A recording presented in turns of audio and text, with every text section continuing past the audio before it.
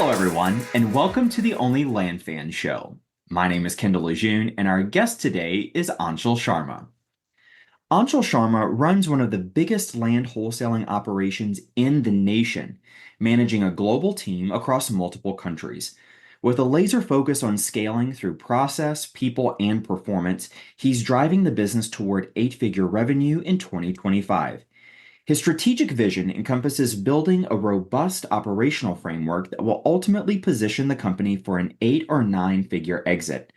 Anshul is actively seeking exceptional talent to join this high growth journey and help realize the company's growth plans. Anshul, thanks so much for joining us. How are you today? And excellent. Better than yesterday. Better than yesterday. What happened yesterday? It's just getting better every day. What to say? That's the best way to look at it, man. I love that.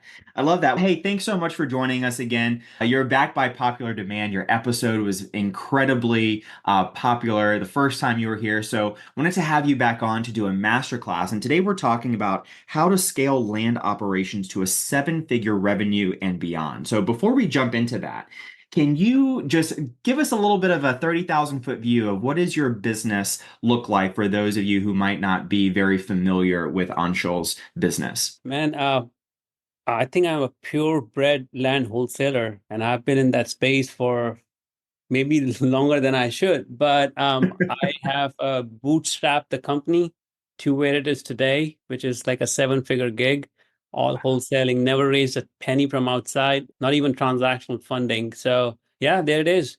Got, got started with $5,000, and we're running a seven-figure revenue business. That's Crazy. incredible. And how long have you been running your land business? This is seventh year running. Seventh year.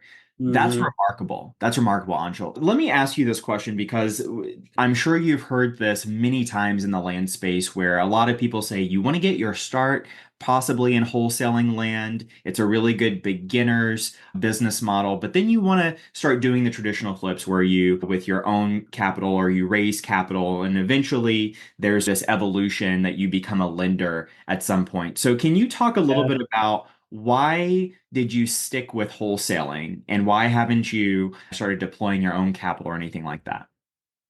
Man, I do not have a very fancy answer for you. I don't know anything else. There is only one lane that I really understand, that's wholesaling. Now I've started to go into the subdivide and stuff like that. But that's a whole different product for me, at least in my head. It's one of those things, don't break it or don't fix it until it's broken. And wholesaling has never been broken for me. It got more sophisticated, I would say, 7 years back. My nephew or my niece could have put properties under contract on either side. But the landscape has changed. It's more for the sophisticated and professional that it has ever been, but it still works. Yeah, I love that. I love sticking to what works for you and knowing your lane and going really deep into that. So, can you talk a little bit about what are some of the challenges that you're seeing in the wholesale land space currently that maybe weren't present even a year ago? 7 years back, the market was like really in its early stages, I would say. We have more people, which is fantastic. And it just makes the game more for the pros. If you're like, hey, I'm gonna do it as a side gig, as a hobby, I'm gonna do it over the weekends. And I don't think it's that kind of business anymore. This is you call your sellers, they got like 10 offers before yours, like what you gonna do about it, right? So there's a level of sophistication that has come even in the wholesaling side of things. I see many people moving from wholesaling to subdivides because, again, it's a new territory. So for so many people, unless people catch up to it and then, oh, subdivide is not as fancy as it was in 2024, it's just that kind of stuff. Yeah, that's a really good point. Can you walk us through what does a typical deal look like, wholesale deal look like in your business from start to finish, and then what's that average net profit? On an average, we are doing $30,000 in net profit. That was our 2023. I think in 2024, we have pushed that. I think we are in higher 30s at this point in time. We have we are trying to get bigger deals under contract. There have been success and that kind of stuff. Yeah, I've been doing a lot of double closes, pass through. I don't do that many assignment of contract, to be honest with you, because my model is like, hey, if I can even pick it up at 70, 80% of the market value and I can flip it for 30, 40,000, I would do, just given that I've been in some market for so long. I really understand the market. Yeah, that's fantastic. So can you walk us through step by step, what do these deals look like for people that are maybe listening to this that are not familiar with wholesaling or double closing? What does that Mm. look like? Okay, this is not legal advice, and I'm not an attorney. I'm a land flipper. Okay, There you so go. the way I look at this is like really into three different varieties. You get a wholesale where you sign the contract. Okay, you pick it up for 10, you sign it for 20, you make $10,000. You never take ownership, right? You just assign it. Then comes your double close, right? And this is like technical. You got to fund the first leg in order to flip the other side of the contract. That's a double close. You got to bring money to the table to close the first leg. And then is like ultimate, which is pass through. The model that I build my company, I have to bring no money to the table. You take C fund escrow, you satisfy the first escrow, and then you satisfy the second escrow. And tile companies do all that for me, so I don't have to worry about it. And you just have to pick the right partner. So those are the three different deals. When I got in, I got no money. So the pass through really took me off because then I was closing 50, 60, $70,000 deals without having to bring any kind of money. And I was like, oh, great, I can do this all day long. And Yeah. then I was doing wholesaling and then was a double close. I didn't do double close until my second, third year when I have some kind of money rolling in and I can say, oh, I can do that $90,000 wire on AB side and close that thing. And then you can go ahead and close the other side like the next week or the next month. I wasn't in that kind of luxury situation. So first couple of years, it was straight pass through. That's all. Yeah. So good. So, Anshul, can you talk a little bit about what are some of the biggest challenges with this pass-through closing model that you have come across? What are some of the most common ones that you see? Imagine having a complete toolkit for success right at your fingertips. That's exactly what you get with Only Land Fan School, our premium online community. For a low monthly fee, access our treasure trove of resources: the on market deals course, acquisitions tool suite, and Dispo Secrets library. Plus, connect with fellow flippers in our active community. Whether you're hunting for deals or closing sales, Only Land Fan School has you covered with step by step guidance and insider knowledge. Ready to supercharge your land flipping journey? Join Only Land Fan School at olfschool.com today. You got to get the tile company on your side. Choosing the right tile company is the key. I always say my best partner is a tile company. If you choose them right, when it's time for double close, they're going to handle it for you. The timing has to be so super important, right? How you Mm, line up your seller, how do you line up your buyer? You got to close your seller a day before and then you close your buyer, and all of that has to be lined up. And you don't have to sweat if you got the right tile company, but if you don't, they're gonna screw it, and then you will be like, damn, why did I hire this tile company? So the first thing is you gotta interview your tile company very thoroughly. When they say double close, what do they mean by that? When they say pass through, what do they mean by that? Because many tile companies will say, oh yeah, we'll do it.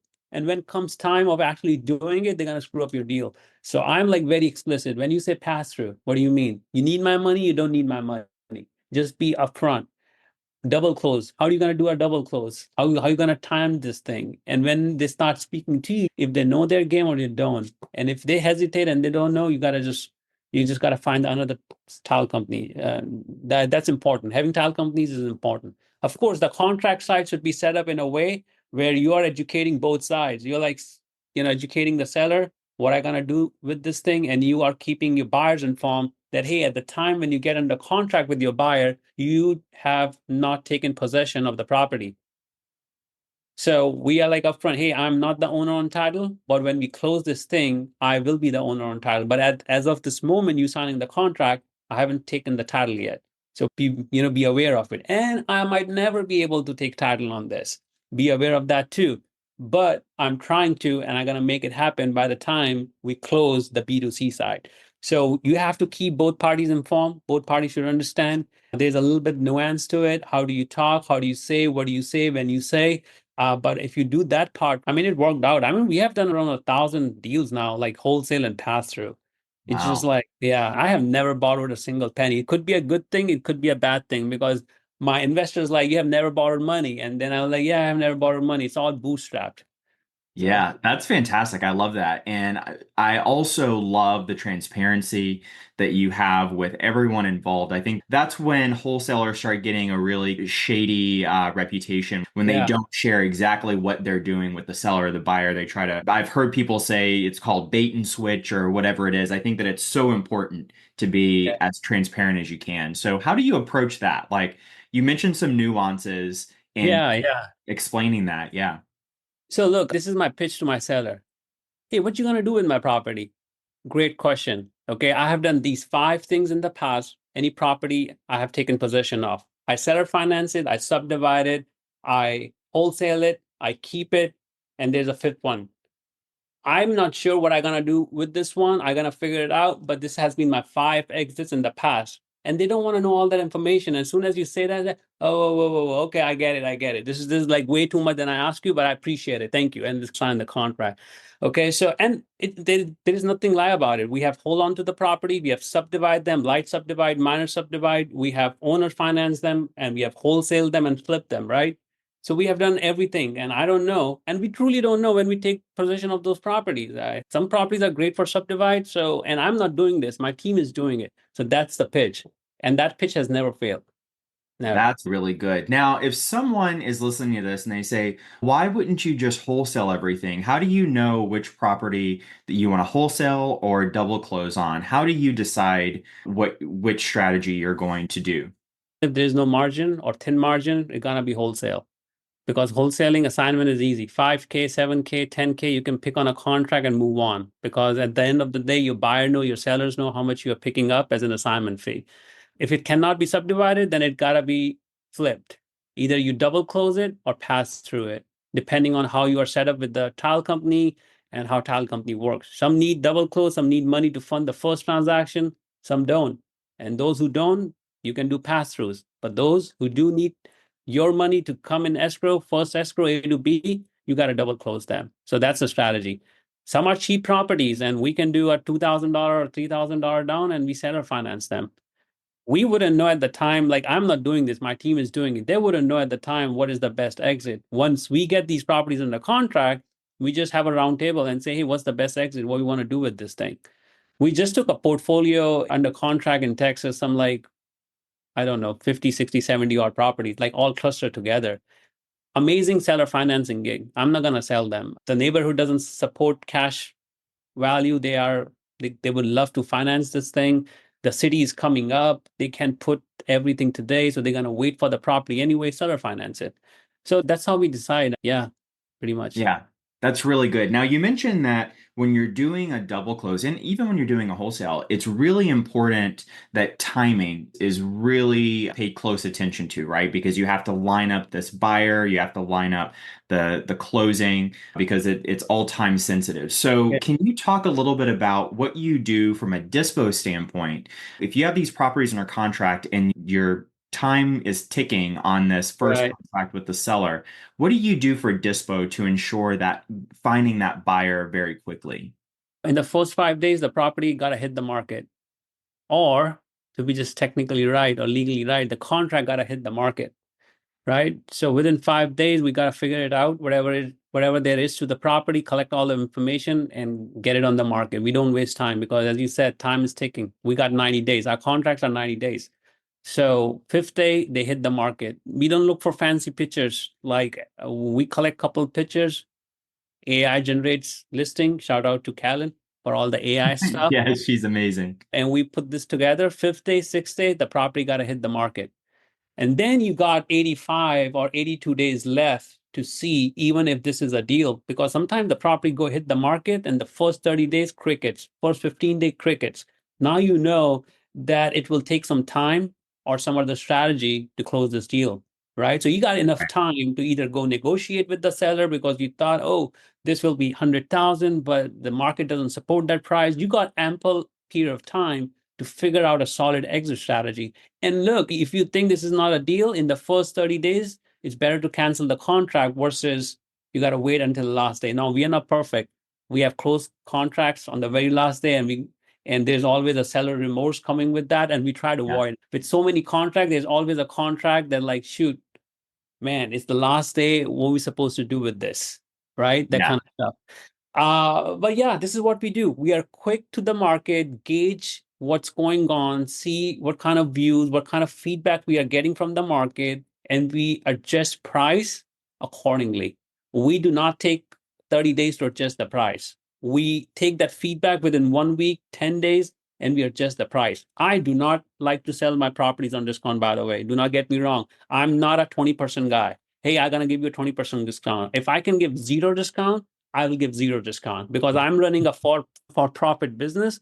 And even if I can sell above market value, I will sell above market value. But price helps.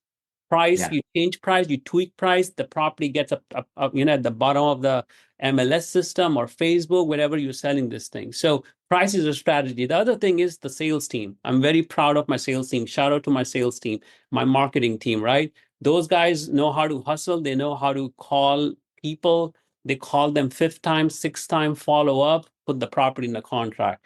So having a clean sales process, going from putting this property to the market, how do you close, is super important.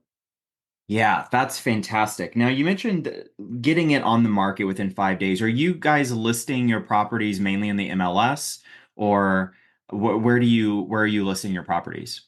MLS, I think we are on land.com as well, Facebook Marketplace. We have started doing cold calling, realtors, neighbors, that kind of stuff. Signboards, if you can stick up signs, all the regular stuff. We do not have a spatial place to go and list our properties. It's the same stuff that everybody does. Maybe we have a buyer's list now. Doing this for 7 years, we have a good, healthy buyer's list. But outside of that, I think we double down on our sales process.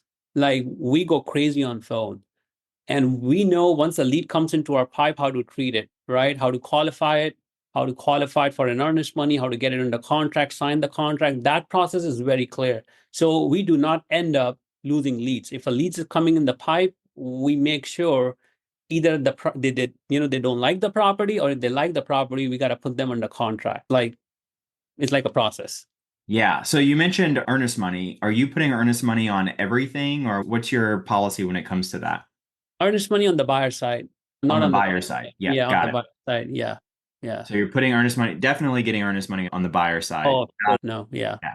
Perfect. And so whenever you do list your properties in the MLS, are you listing with a traditional realtor? Or are you doing like a flat fee broker?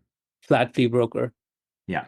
Cool. We got an amazing sales team. I mean, we beat realtors all day long. By the time we think about listing the property, we have a buyer. No offense to any realtors listening to it. They don't even come close. Like we have an average 42 days to find a buyer.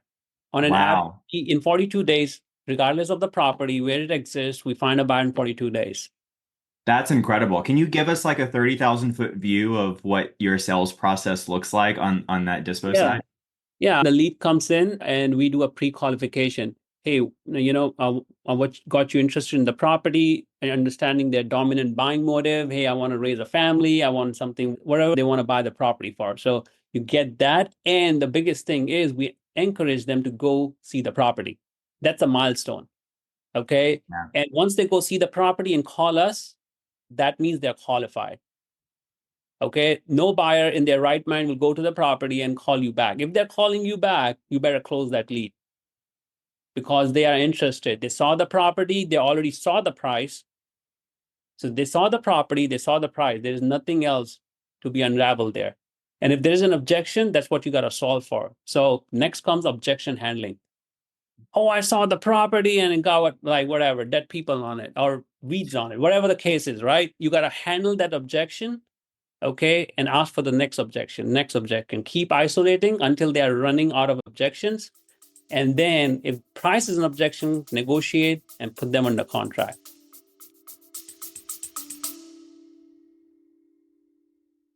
Hey, land fans, looking for your tribe of serious land investors? Join thousands of your fellow land lovers in the Only Land Fans Facebook group. We're talking real deals, expert strategies, and game changing connections you won't find anywhere else. This isn't just another real estate group, this is the community where land investors come to level up. Join us at onlylandfansgroup.com and join the conversation today. That's onlylandfansgroup.com. See you there. Excellent. And what are some of the most common objections that you get from buyers who go out look at the property? Man, the property, bro, I don't even know where to start. I don't even know how to get into the property. Have you been to the property?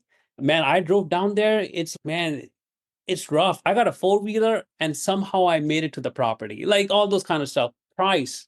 Man, given the property the way it is, man, you guys are overpriced or whatever, right? So price objection, how they got to the property, utilities, but those are all complaints, right? One of the things that I learned from my mentor, these are all complaints. These are not deal breakers. And sometimes if you are a kind of a novice salesperson, you get rolled into this, Mm, right? You got to yeah, handle it and put it aside and say, what's the next one, right? That wouldn't excellent. Yeah. that wouldn't stop you from buying the property, would it? No, it wouldn't stop me, but I'm just saying it got all weeds and dead people on the property. Oh, I understand. What's next? What else would stop you from signing this contract today? Okay, price. Okay, let's talk about price, right? Whatever it is, we take it as a complaint, knowing that it's not a real thing that will stop them. Take it, make sure that we're gonna fix it, and move forward to the next one. Yeah, that's fantastic. Now, Yeah. sounds like you're very proud of your team. And anytime I've heard you speak or seen your stuff on social media, it's always very team centered. You're very proud of your team. Looks like your team is the backbone of your company. So, can you talk a little bit about how do you go about training specifically your sales team? Let's start with sales team on the dispo side, since that's what we were just Yeah. talking about. So, what does that look like? I just came back from Nicaragua, man. 90 days in Nicaragua. It was awesome. My entire sales team is in Nicaragua. And it was funny because I had Kevin on my team and I like Kevin, we got to stand up a team in Nicaragua. He was like, boss, let's go. So the next thing I know, I'm hopping on a flight, spend 90 days in Nicaragua. Anyways, long story short, we went there, we hired a team. I believe I have a team of seven people there. We have three in marketing, four in sales, and we're doing amazing. We were there and I was training them. I am myself trained from Grant Cardones of the world. So I come from that side. I've spent like last 3, 4 years just diving into what sales is. I always thought that I'm a pretty natural salesperson. Some of these things like really helped me hone my personal sales skills. And yeah, I was just there. And my way of training people is just taking real calls. I was sitting with them and I was taking calls from buyers and I was showing, hey, if you run into this situation, what to say, when to say, how to say it, and all that kind of cool stuff. And then, of course, there's a process. We have a sales process. They know how to start, they know how to isolate the objection, they know how to handle it, and they know when to ask for a close.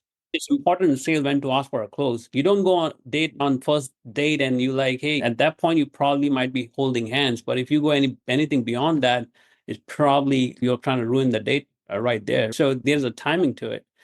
So yeah, you should know the timing, you should know the sales process, when to say, what to say, what's a trial closes, when you should know you're getting to a trial close, when you should know when you're getting to a close. It's the science of sales.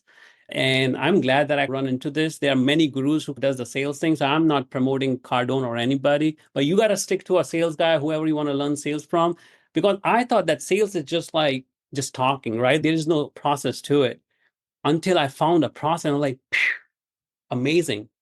I know where I'm in the sales process. Like how cool it is if you know where you are in the sales process. Are you in the beginning, in the middle, or you are at the end of the sales process? Right?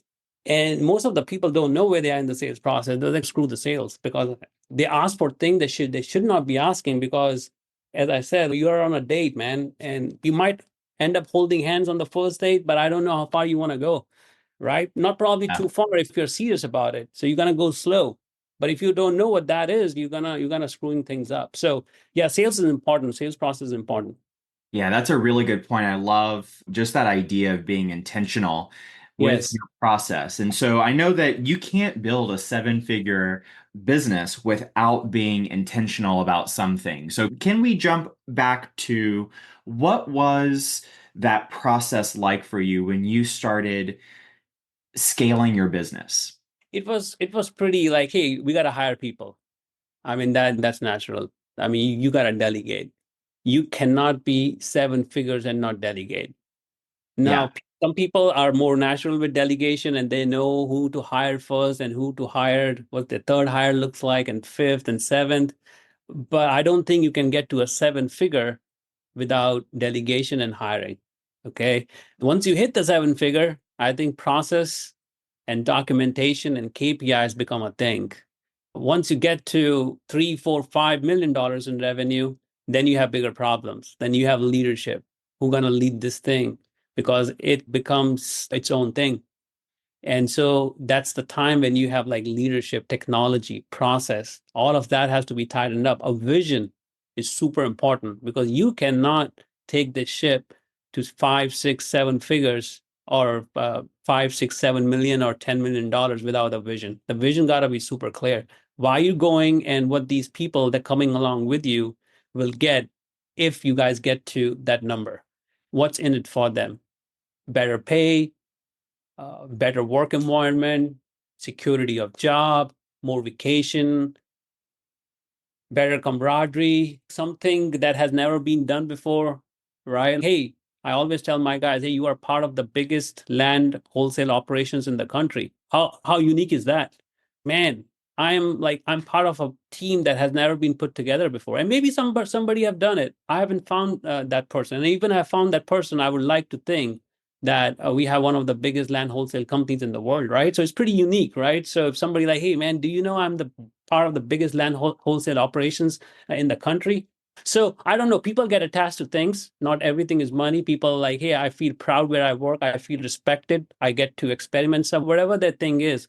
You got to bring that to the table. So leadership is important. Like leadership is the most important thing once you surpass a certain number. I don't think you can build a $5 or $10 million company and have no vision or leadership.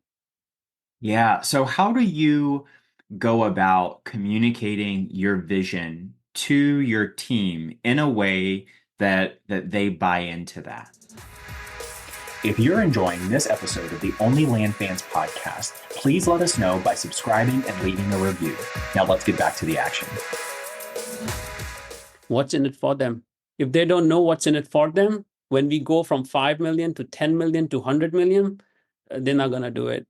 It will be a chore. They need to know if company grows, are they growing with the company in terms of compensation? Or they becoming better titles? Or they getting a piece of this? Like our entire company is commission. Everybody's commission. Doesn't matter. Back office, front office, sales, and matter. If you're in the company, you got a commission, right? So they know if we're pushing hard, they will have a different paycheck that month.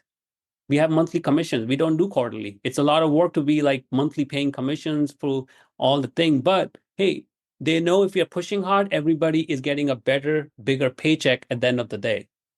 Yeah, that's really cool. So How do you structure your commissions? Just most aggressive is sales guys, and then it goes down from there. But everybody's commission, right? Like you can design the way you want it, but sales is probably the most aggressive. Then leadership is pretty aggressive in the way they get commission. But yeah, but everybody's commission. that's As long very as you cool. spend 3 to 4 months in the company, we know you, you like us, we like you, you get on a commission. I love that. So we have been around the land space for a bit Yeah. now, and I know that one of the most popular sort of trains of thought when it comes to scaling a business is let me hire a VA and then all my problems will be solved. So Right. can you talk a little bit about when someone is trying to go from step one to step two and building out a team, what are some things that a lot of people don't consider when they're in the process of growing a team that they really should be thinking about? They have to be with them. A lot of people think I'm going to hire 5 people, I'm going to tell them what they need to do, and then I'm going to walk away. And then when I come back, I expect that stuff to be done. If you really want to build a true company, you got to be in the trenches until you don't have to, right? Like I was in the trenches with my sales team in Nicaragua, spent 90 days with them, day and night, right there, taking phone calls, responding to text messages to the point that I know that these kind of guys can do it. Now I don't have to. I don't know when was the last time I picked any buyer's phone call, right? As we have been scaling, we have been hiring people and all that kind of stuff. So I'm not picking calls with my buyers. I'm not writing these contracts. I'm not closing these deals. I'm doing nothing regarding the operations of the company. It's been taken care by somebody else who has been trained by me or somebody of my caliber and that kind of stuff. Right. So I'm doing training right now. I'm on the acquisition side, and we are hard on training right now how to pick phone, how to close more deals, how to close bigger deals, smaller deals, all that kind of stuff. That's where my time is going right now in the company, and that's all I'm doing because I want to do it myself. I want to be the example before I tell anybody that this could be done. I cannot be a hypocrite, right? Hey, do this, get me this, and go, and you haven't done yourself. Then be like, hey, dude, you don't even know how to do it, and you telling me how to do it, and that kind of creates like a thing. So yeah, that's how I do it. I just get into it. I teach it whatever I need to do, and then I get out of it, and then we're Yeah, good. that's so good. That's so good. So you just mentioned acquisitions. What are you currently doing for from an acquisition standpoint in your business? Are you guys, you mentioned texting, mentioned cold calling. What are you doing? All of the things? Let us in on what that looks like. No, we're doing only RVMs. Quite honest with you, we're not doing cold RVMs. calling, we're not doing texting, we're doing RVMs. Now we just started put a team together for cold calling, which will be doing cold calling for us. But all this time, probably last 1 year, we just spent RVing people. We just RVMs, that's all. I haven't even texted. It's been like 9 to 12 months now. We haven't even texted. I have the last mailer that went out was in 2021. I haven't sent a single mailer Yeah, and stuff. Yeah. very cool. And so what is it about RVMs that you like? Path of dude, this is like there's no strategy to it. This is like path of least resistance. We load up the RVM every day with 10, 15,000 leads and we start shooting them off. And then here comes the phone call. Like it's the path of least resistance. There is no like, why did I choose RVM over text? I might just go back to text and just stop RVMs altogether. I don't know. There is no strategy to it. I like RVM. It's quick. You load the leads up, and the next thing you know, the calls start coming in. I like that idea, quick to market. But that's it. Now Yeah, we are doing cold calling because cold calling is a thing, and we haven't been doing it, so we need to do that. yeah, for sure. I'm a big fan of cold calling. Yeah, So good. can you talk a little bit about what are some of the biggest challenges that you guys have on the acquisition side when you are running this sort of double close model? Because I know there are a lot of people that are sellers are intending, oh, I'm going to get this contract and I'm going to get a check. But we know that it doesn't quite work that way when it comes to double close and wholesaling. So can you talk a little bit about that? So look, I have a transaction department. I have people that handle seller relationship, right? And they are in touch with them. So we have a 90-day contract. If seller comes by, hey, when we gonna get to a close? Let me see your contract. It's 90 days, so we still have a couple of weeks left, right? So there's person who is managing these relationship after we put them under contract. There's always somebody say, hey, like what you guys waiting on? Get me paid, right? And so if they want to get paid, we might just get them paid move on. But that's one in 20 or 30 sellers. Other sellers are willing to wait, right? And that's why we have a strong dispo because we don't want to make them wait for 90 days, though we have them under contract for 90.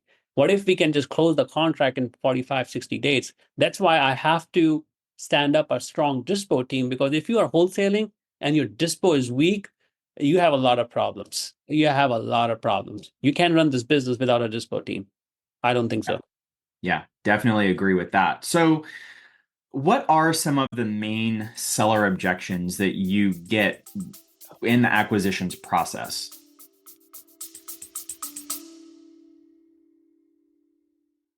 Listen up, land fans. This is huge. We're bringing you the one and only Pace Morby, star of A&E's Triple Digit Flip and the mastermind behind $450 million in real estate deals. He's coming to our virtual meetup on Thursday, December 5th to share how he's applying his creative financing genius to land deals. Head to olfmeetup.com to save your spot today. That's olfmeetup.com. This is the kind of opportunity that changes everything. You guys are scam. Add two more zeros to your offer. Man, I'm laughing because I've heard these calls. I know this. all sorts of things. Price is the biggest. Obscurity is the second. Like we don't know you. You're a scam. What else? We get a ton of them, but it revolves around they don't know you. They think you're a scam, or price is an objection. Yeah. So where do you like to be? Is there like a rule of thumb in terms of price that you like to be in getting these types of deals under contract? Depends our portfolio. If I look at all the portfolio we got under contract, we are around 55% of the market value, 55 to 60%. And we are comfortable with that. We know we can flip it at 95% of the market value. So that number works for us. Ideally, we would like to be at 45, 50, but right now we are 55 to 60%. Some are bigger contracts, so we tend to take them at 70, 80% of the market value because we know we can still make some kind of money. So that skews and pushes out at 50, 60, but that's where we are right now. Okay. And is there a property size or maybe a value of property that you're seeing as like the bread and Yeah, butter of your business right now? we don't do infill lots. I don't do desert squares. I don't do recreational. I don't do anything middle of nowhere. I like to stay probably 3 to 4 hours of any big city. 2 to 3 hours is a sweet spot, but we can go up to 4 hours depending where we are. That's great. And do you have a size preference? Not really. Try to do anything between 1 to wherever, 500 acres. Depends. Yeah. No, not really. Yeah. Excellent. So just curious, why no infill lots? Man, I don't like them. There's a kind of a due diligence that goes into it, which I don't find in property sitting outside of city limits. There are less aha moments than you have in infill lots. You have to run a survey, maybe some easement going on, and all that kind of cool stuff. So I try and avoid them. If they come into our pipe for whatever reason, we assign them. I will never be a buyer for an infill lot. It's just not my comfort level regarding due diligence that go into an infill lot. And so we assign them. If we have them, we try not to have them. I think there's enough acreage sitting outside city limits and like that we want to focus on. Then you can also subdivide them, right? If you get 10, 20, 30 acres outside of city limits, you can also subdivide them. So that's there to it. So yeah, that's right. Otherwise, we have flipped enough infill lots. It's just not my first strategy. I don't get excited. Gotcha. And I've heard it said many times that the further away from like a major metro area, the Mm. more difficult it becomes to really comp a property. So, how do you guys go about making so many offers and comping properties in your particular strategy? How do you approach that? I don't know what to tell you, but we use the right tools. I've trained my team. So that's where it comes. I've trained my team. If I can find comps, I expect my team can find comps too in counties where there's pretty much no comps. So I've trained the team in a way, hey, how do you go finding a value of a property when there are no comps? So they understand that part. But you're not making market value offers. You're making like 40, 50%. So there's a lot of room for error, I would say. Not every time we are right on our market value, but you have to be comfortable with that.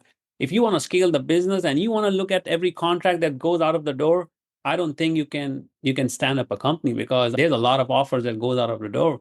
We have given them a strong framework. We have some things like land desirability score. We have CPI index. These are terms that we have created internally in our system. They understand it. So if we say, hey, what's the LDS on this? And somebody says 9. So we know the property is up and up.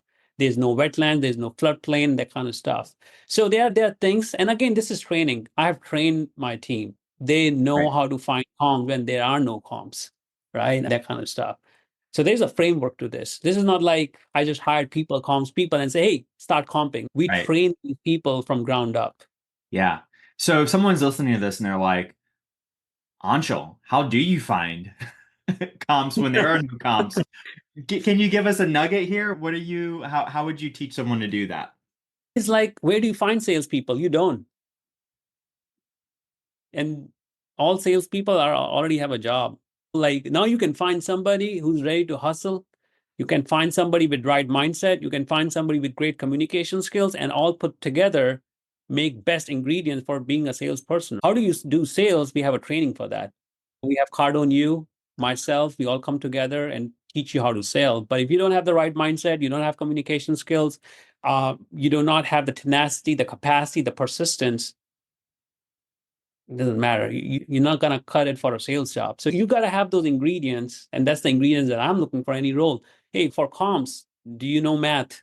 If you don't know math, it will not be the right place for you. Do you know how to run Right. computers? Can you be on Google Map? Are you logical thinking? Like critical thinking is your thing. If you can think critically, then probably this is not the place for you. So there are ingredients that we look for, and then we train them because we know they have those skill set, that mindset that needs for that role. Yeah. So let me ask you this. Your team is looking at a property Yeah. and there are no sold comps and there are no for sale comps anywhere near the property. Is that a deal killer for you, or what do you guys do for that? We should not be in that county. Why would be in a county where there is no sold or sale? That's a whole different problem. You know what I'm saying? Yep. It's Yep. it's not realistic. You always get some sale or sold comps. And if there's for sale, they should know how to recalibrate that number to see what this property will be sold for. So let's say it's listed for $100,000. That's the only comp and it's for sale. Then you go and look at some statistics. Hey, how many views? How many saves? It's been listed for 60 days and two people watched this whole thing. So now you know that $100,000 is a fake number. Okay, if that's not the number, where do you think it will sell? Maybe it will sell at 30%, 40% what it's listed for, right? Or if you go see the property and damn, 2 days and 61 people liked it. Now that price is a pretty strong price. So you can literally take that price and use that price almost as a sole comp to do your evaluation. So all of those things have been taught, shown, they understand, and that's how we make offers, man. It's not accurate, it's not 100% accurate, but if you got to scale the business, you got to take those kind of risks. Yeah, And that's a we have really, been really off. good. We have been off on our thing. Like sometimes you're like, damn, who wrote this? Who wrote this contract?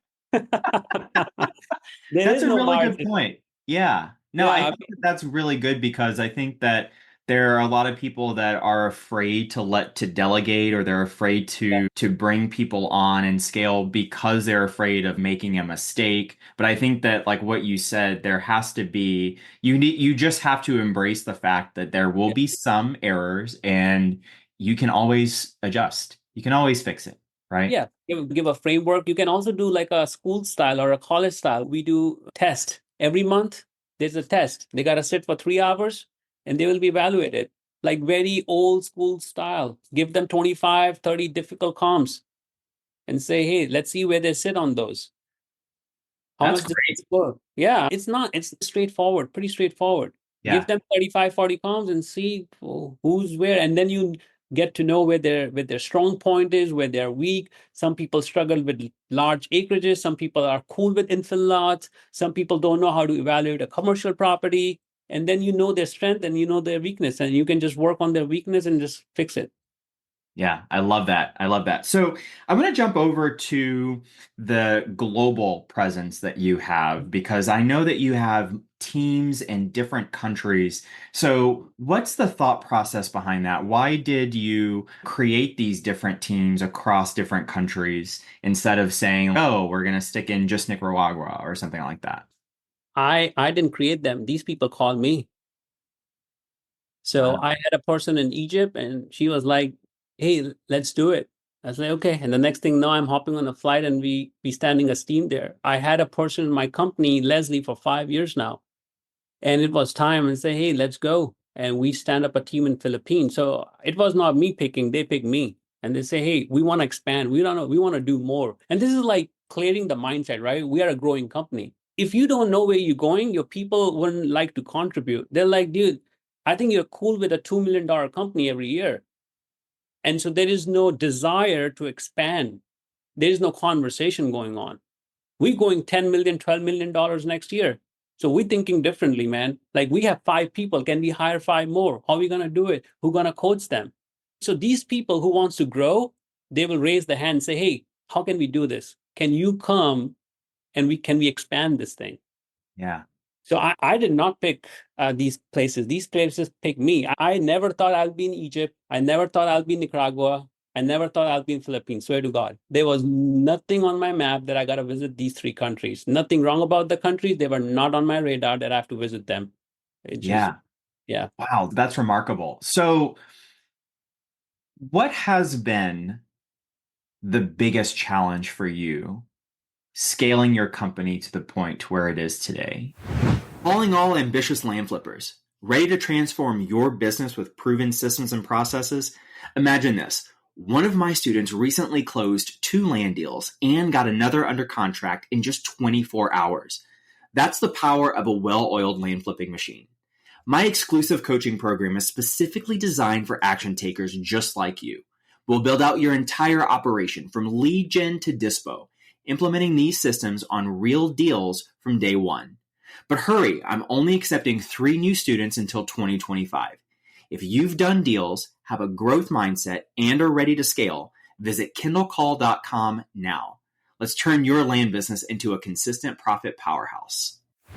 Man, I don't know if there's a biggest challenge. It's a hustle and it's a grind. It's not easy to run a 39, 40 people company that's spread like different places, doing different things. It's a hustle and it's a grind. Okay. If your vision is not clear where you want to go with this, do not try this at home. I will not recommend anybody. Third one, if you're not clear that you want to go 10 million, you have no need to do this. Okay. It takes time. It takes a lot of effort. It takes a lot of mindset. It takes a lot of back and forth, people going, people coming. Now we have an HR department. If you don't want to, if you don't want to go that far, there is no need to do this because it is a hustle and it's a grind. Okay. Now, can you do this like with 5 entitlement deals in a year? And sure, you can. And there's a path over there, right? So it's really up to you how you want to scale and how you want to bring revenue. That is the path that I knew and I got gravitated towards. Okay. But I think above all, you need a clear vision. Like if you're not willing to grow, and for you, like I hear business owners and they got no revenue goals. And I'm like, how can you be a business owner and not have a revenue goal? Like, how does that work? Like, I can't wrap my head around it. Like, we have a revenue goal for next year. It's very clear. Everybody in the company knows where we're going next year. Everybody understands. Okay. So yeah, you gotta be committed, man. I don't know. I like it. I do it. I'm not sure if it's for everybody, but I mean, it is what it is. Yeah, let's talk about that revenue goal idea because there's a lot of buzz around the word scaling and seven Yeah. figure this. And can you talk a little bit about what that really means to have a revenue goal? And, you know, how can people determine, oh, I want $1 million business, I want a $10 million business? Yeah. What are some of those insights that you can share around that process? One of the things that I learned, one of the biggest things I learned from Grant Cardone is 6 years back, say, hey, pal, you always keep an eye on the top line. Keep an eye on the top line. Don't worry about the expenses. Don't worry about nothing. Okay. The businesses that grow, top line is a super important number for them.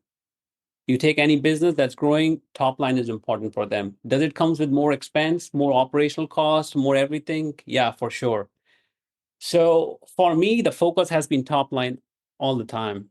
We have grown our expenses. Like our expenses look very different than they used to 4 years back. You got a payroll, you got software, you got marketing cost, you got HR, you got damn man, right? That expenses look different. So if you're not comfortable with that, paying payroll every month and where the money coming from and all that kind of stuff, it's not gonna work. But top line is important for me. Where we are going next year, where we are this year, where we're going next year. Because if the top line keeps growing, your business is growing. It's very clear. Expenses will come with it. Don't worry about the expenses. We'll figure Yeah, it out. yeah, that's really good. So let me ask this question. This might be a little bit controversial, but Yeah. when setting a revenue goal, what is it that you should really be considering?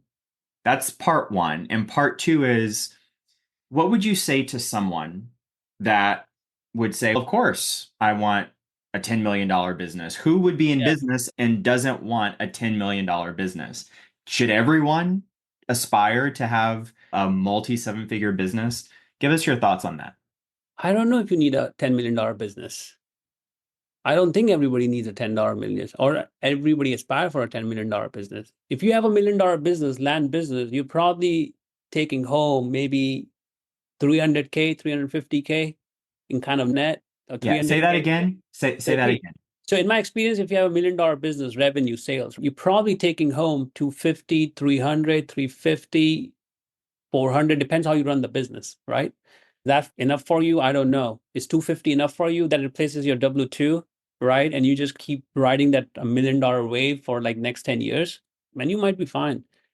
If you have a $5 million business, imagine your expenses going up. Then you'll be like, damn, my expenses go up now. I don't have that kind of margin anymore.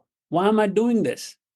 But your income goes up as well. I rather have a 30% net $5 million business than 50% net $1 million business. You know what I'm Mm, saying? But I don't know if you want a $5 million business. That's why the why and vision is very important. Why you want to take this path, because this path is difficult, at least in my opinion. There are other people out there that say, hey, it's a breeze and I got to learn from them. But in my yeah. opinion, this path is difficult. So if you do not have a strong why you need money or what you want to do for the company, for the people, I think it will be difficult. And it gets even more difficult as you pass 3 million, $3.5 million in revenue. Things get really serious after that. It's not, hey, I gotta just add more people and get to a 10. It doesn't work that way. There'll Yeah. be more processes. There will be more. You got to be more strategic. You got to have a leadership team. Who are your guys who are going to run this company with you? It just goes in a different direction. Yeah. New level, new devil, right? Yeah, Yeah. yeah, So exactly. can you break down the processes that you use to document and systemize your business? What types of processes are you doing for that? Every department lead is given the task of document, right? Um, Initial days, I used to do it, but now they do it. So as new process comes up, they are on the hook to document it. Have you have the entire company documented? Not yet. That would be an aspirational goal for me. I would love to have that thing, but we are on our way to document, put a process together, have KPIs, and have reporting. So these four things is the way I believe from a one to a $10 million business. If you do nothing else, four things I believe: process, put a process. Bad process, good process, got to have a process because process improvise. Two, make sure you document it, either document it or create videos, whatever. Okay. Number three, you got to have KPIs. You have a department level KPI, you have an individual KPI, you have a company level KPI. And the fourth thing, you should know how to report on those KPIs because KPIs has no value if you can report on them. You can hold yourself accountable, company accountable, people accountable. So you got to have those four things going on if you want to scale this thing. Other than having a strong vision is important. Just keep that as the focal point. Yeah, that's so good. So if someone's listening to this and you know what, I'm all in. I need to do those four steps. What types of KPIs, how do you go about identifying what your KPI should be and defining that out? Three levels. We have three levels of KPI. Organization KPI, which is hey, how much in revenue, how much in gross profit, and I'm responsible driving that KPI. That's my KPI in the business. Then there are department level KPIs. Hey, how much sales we need to do, how much properties we need to put under contract on the acquisition side. So that becomes a department level KPI. And then the individual KPI, how much I need to put under contract every single month. So those are lagging KPIs, and then they have leading KPIs. In order to put, let's say, $500,000 under contract every month, how many phone calls I need to make, all that kind of stuff. So leading KPIs, lagging KPIs, and those three levels: individual, department, and organization. Yeah, Do we love have that. all of them? No. We would like to have all of them, but we have quite a bit of KPIs now. And KPIs are interesting because when you have KPIs and people who do not want to perform, they will chicken out pretty quickly. They're going to resign. You don't have to ask for resignation. And you don't have to fire them. They're going to fire themselves. That's the beauty of having a KPI. Yeah, I love that. I love that. What tools or software have been really important to your business in managing this global operation? I love Follow Up Boss. Yeah, tell us about that. How do you use Follow Up Boss? We have, I mean, if you want to be sharp on your acquisition sales, you got to have a system that is like you can call from that system, you can text, you can email, everything is at one place. So there are many systems out there. I'm not saying Follow Boss is the only one, but the kind of view that Follow Boss gives you, where you can text somebody, you can email, and you can call all from the same page, and you know where the conversation is going. Even if you leave the company, anybody coming in can read the entire conversation and say, "Oh, okay, this is the last time where we left this." As a matter of fact, before coming to a call, I'm looking at a property, amazing subdivide, and that person left my company, and where she left the conversation was almost there for a close. Wow. So I called the guy back up, and this is a freaking subdivide. This is like a 1.6, 1.56 like exit if you like put, and I called the guy, and now we are having a conversation, and he hasn't still sold the property. But had I had not that system, all this conversation would have been left with her because she left the company. But it's everything is in there. So I just pick it back up where she left. And now we're having a conversation. I'm gonna send him a contract. My attorney will write it up. But that's the beauty. Like you gotta have that system. People come, Yeah. people leave, but conversations stay. We use Salesforce as our deal management system. So do not recommend anybody doing Salesforce. It's super expensive. I think there are other systems. But if you want to build $100 million company, probably Salesforce is the way to go. Yeah, It's it's definitely expensive, an man. industry standard and a lot like the realtors and stuff like that use Yeah, that. it's expensive, but it's nice. We can literally change anything overnight, depend on where we want to take the business. The reporting is absolutely top class. If you're a business owner, you can pretty much do reporting on anything, which is like amazing. Hey, how much money coming in, going out, KPIs, everything, campaign management, marketing cost, it all handled inside Salesforce.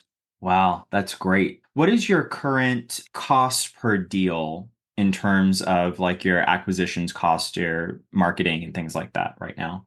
Probably $3,000 to $4,000 per lead. Oh, not bad. Not bad at all. And we I'm we sure we you want still, that number to be lower, but yeah. yeah, we're still trying experimenting RVMs. We have changed the business a lot. Let me Yeah. just say that. We're not the business that we were 3 to 4 years back. I'm restructuring the company. I'm going through a lot of restructure to see if we can go beyond 10 million and stuff like that. That's another thing. What's working for 3 million, we're not going to work for 10 million. It's just not. You need better, you need different people, better people, more vision, more leadership, and that kind of stuff. So we letting other people in the company and letting others go, which doesn't fit the vision. They don't want to grow, all that kind of stuff. Yeah. So how do I do Sorry. want to I no, it's great. I want to dig into that. So can you share a little bit about your framework in terms of how you manage a team that size and ensure quality and give them feedback and make sure they're growing the way that they need to be growing? We have department head that roll up to me. We have operations manager as well.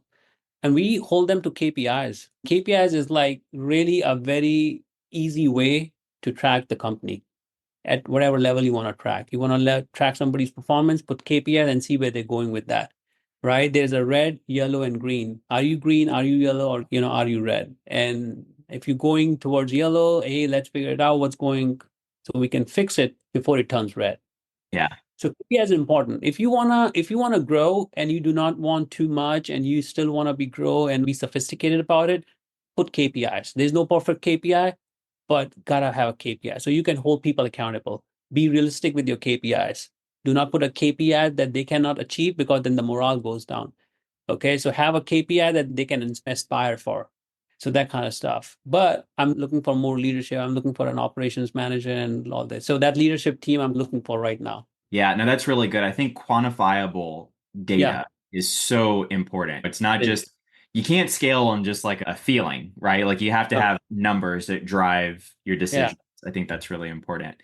That's fantastic. Hey, listen, Anshul, I want to thank you so much for being so generous with your time. It's always incredible to have you on. So many gold nuggets that you shared with us today. So, how can we give back to you right now? What are you looking for in your business? How can we help you?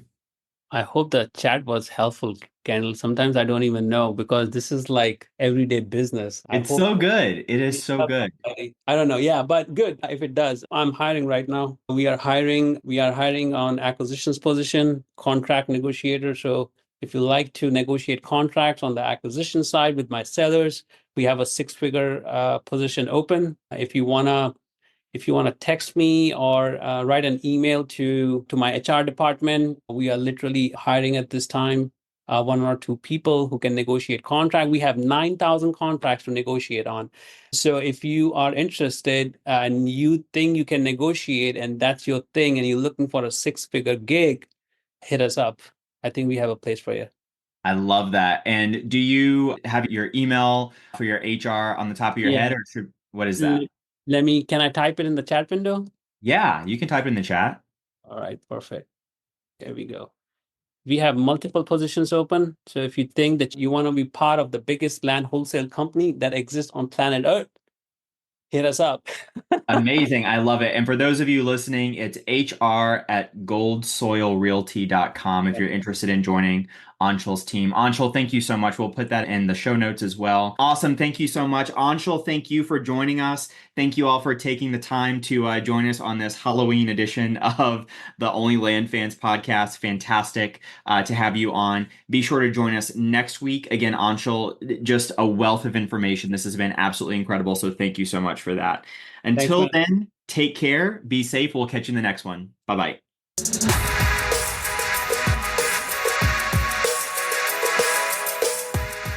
If you're interested in hearing from other seven-figure land flippers about how they've started and run their businesses, then join us at onlylandfans.com. Looking forward to seeing you there.